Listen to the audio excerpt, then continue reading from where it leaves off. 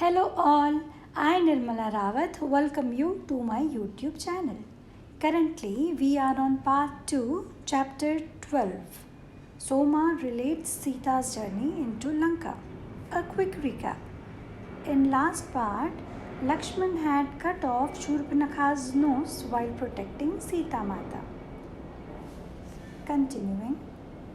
The next morning, when Mata went to the kitchen to prepare the morning meal, she found 3 dead birds on the ground in the spot where she had poured out Shurpanakha's food. Lifting the birds, she spoke to them in a sorrowful tone. I am so sorry. I should never have poured that poisonous food where you could reach it. Shri Ram found Sita there, mourning over the dead birds. This is what would have become of us had we eaten her food. I never should have poured the food here, where the birds could eat it. Shri Ram placed his arm around Sita. This is no time to mourn, Sita. Before this is over, many will die. A few days later, they were seated around the fire, eating the evening meal, discussing the inevitability of soon encountering Ravan. We should not wait. We can't just sit here. Now is the time to attack before he attacks us, said Lakshman impatiently. Lakshman, what I said before still holds true. We cannot attack him without just cause. He sent his sister here to poison us. Is that not just cause? How do we know he was behind her actions? Do we have evidence of that?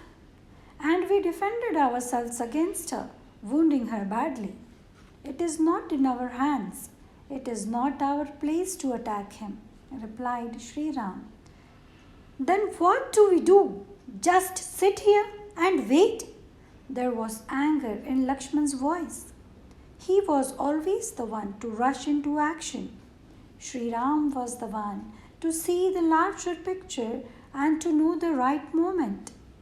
Like an echo in the wind, Sita's voice entered the conversation. It won't be long now. She had been sitting quietly listening to their discussion when suddenly the words came out of her mouth. Shri Ram and Lakshman turned to look at her. How do you know that? Lakshman asked. Mata rose from her seat and turned away so they wouldn't see the concern on her face. I feel it. I feel his presence approaching. She looked up at the sky. The winds have changed course. The flocks of birds are in confusion as to which way to fly. The small forest creatures are not visiting our garden. They are in hiding. The rivers are rushing with unnatural speed. Fear has enveloped the whole region. Don't you see the signs, Lakshman? The signs of his approach. Isn't that the reason enough for us to attack? No, Lakshman, replied Mata. Her face still turned away. We must wait. The cause will come for which an attack is justified. It is not just Ravan that we will face, but all of the negative forces that he is gathering round to disrupt the progress of earth and her creatures. This all must be countered, and it will exact a great toll. No, Lakshman, we must wait for a just cause. Ram is right. So right. As Mata finished speaking, an image passed briefly through her mind, the image of a celestial being who greatly loved Narayan, the supreme deity who had incarnated on earth as her beloved Ram and Narayani, Sita herself, his female counterpart and equal. She saw this devotee of great repute fall away from them, fall into a great abyss. She reached out her arms but couldn't stop him. He kept falling. A quiet gasp escaped her lips as this image crossed her mind. Lakshman did not notice, but nothing escaped Shri Ram. The same image had come into his mind, but it also had quickly vanished. They glanced at each other in astonishment, but said nothing. In order to dismiss the thought, she began clearing the remains of the meal. Shri Ram followed her into the kitchen area. Neither of them spoke for quite some time, as Shri Ram helped Mata wash and put away the cooking utensils. Mata was the first to break the silence. I have met Ravana, she spoke calmly as she looked into Shri Ram's eyes.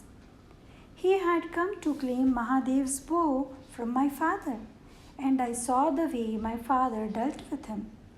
Clever as Ravan is, my father outwitted him at every turn, and he did not get what he sought.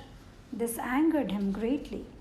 Before he left Mithila, he told my father he would pay a heavy price for refusing him what was due. My father looked at him calmly and replied, Ravan, you will get your just due in time. In time. I had not thought about this incident in a long while, but now his words have come to me. That was many years ago, replied Shri Ram gently. He has grown very powerful since then, and from what we have heard and seen, he has mastered the deceptive arts.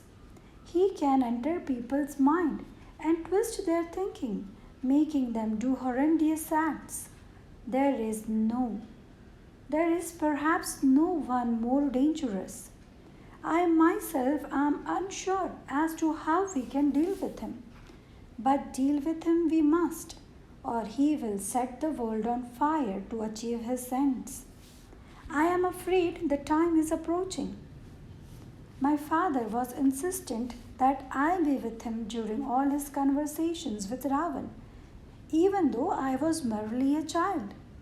I have wondered about that. My father never did anything without a reason. A tender expression crept over his face.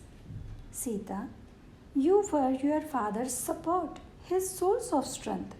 You gave him the power to be who he is, just as you do for me. Mata had grown serious at the memory of her father's exchange with Ravan. But at these words of Shri Ram, a loving smile crossed her face. The remembrance of her father always brought her joy, as did the expression of Shri Ram's love. How fortunate she was to have these two men in her life. After Shri Ram went to sleep, Mata crept out of the hut and sat under the night sky, recalling again how her father had kept